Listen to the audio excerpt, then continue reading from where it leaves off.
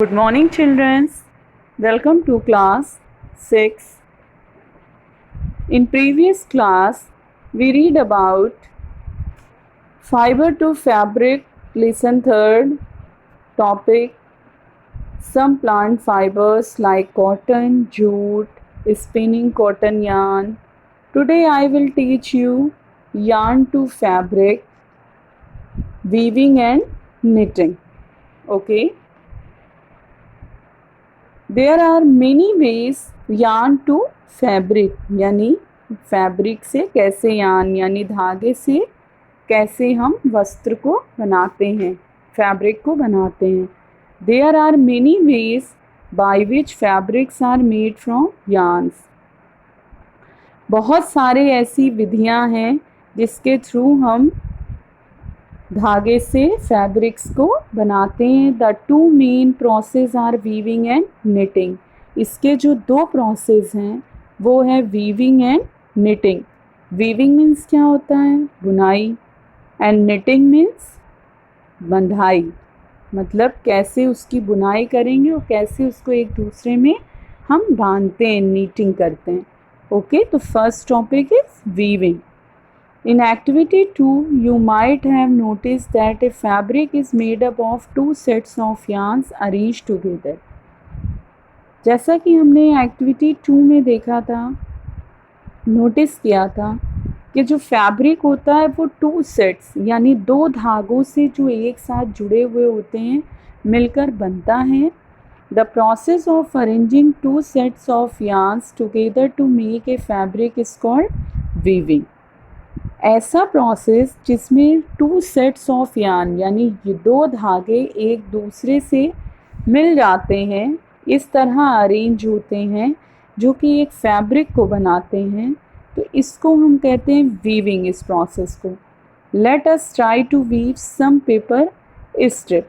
अब हम एक कागज़ की लड़ी पर यानी कागज़ की एक स्ट्रिप को लेकर हम इस चीज़ को ट्राई करेंगे कि कैसे हम उसको बनाते हैं, बांधते हैं.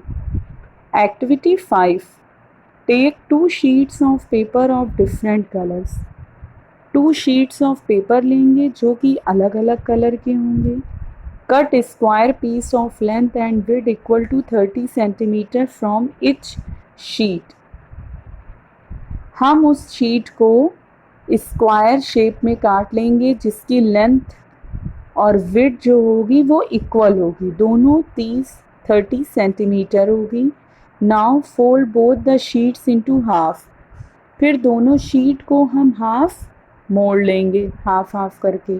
On one sheet draw lines as shown in the figure 3.12, 3.12 and on the other as shown in figure 3.12. Cut both the sheets along the dotted lines and then unfold. Weave the strip one by one through the cuts in the sheet of paper as shown in the figure 3.12. Figure 3.12 shows the pattern after weaving all the strip. तो हम 3.12 figure में देखेंगे, A B figure में हम देखेंगे कि हम sheet को हाफ हाफ करके इक्वल मोड़ लेते हैं, फिर उसको हाफ हाफ करके मोड़ लेते हैं, फिर उसको कट कर लेते हैं. ठीक है, कट करने के बाद हम उसको एक स्ट्रिप से दूसरे स्ट्रिप में बुनना शुरू करते हैं. यानी एक उसमें देखिए आप, सी द फिगर सी, कैसे वो एक दूसरे से बुन रहे हैं, दिख रहा है ना. और डी फिगर में देखिए उन्होंने पूरी तरह से इसको निटिंग कर लिया है, बुन लिया है, वीविंग कर लिया है. In a similar manner two sets of yarn are woven to make a fabric. इस तरह से दो यार्न मिल के बुन के क्या बनता है? एक फैब्रिक, एक वस्त्र बन जाता है, कपड़ा. The yarn are much thinner than our paper strip.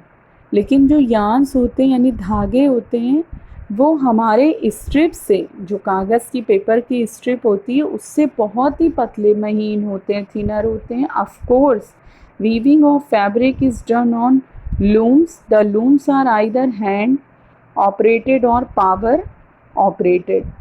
जो वीविंग प्रोसेस फैब्रिक का होता है वो ज़्यादातर लूम्स में होता है, क्योंकि और लूम्स जो है वो हैंड ऑपरेटेड भी होता है और पावर ऑपरेटेड भी होता है।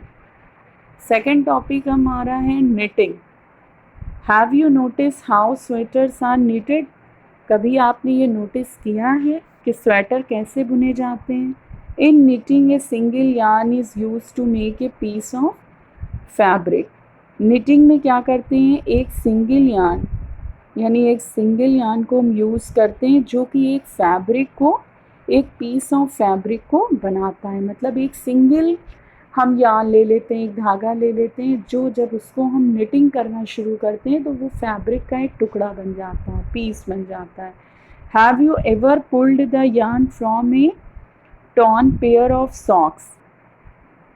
आप ये देखेंगे, कभी ऐसा देखा है किसी सॉक से आप उसकी एक पेयर ऑफ मतलब फटे हुए सॉक से आप एक धागे को निकालना शुरू करिए तो व्हाट हैपेंड, ऐसा करने से क्या होगा, इस single yarn gets pulled out continuously as the fabric gets unravelled हो जाएगा। ठीक है, तो ऐसा करने से क्या होगा कि अगर हम सिंगल यार्न उसमें से खींचना शुरू होंगे कंटिन्यूसली तो फैब्रिक आपका उधड़ता चला जाएगा। ठीक है। Socks and many other clothing items are made of knitted fabrics.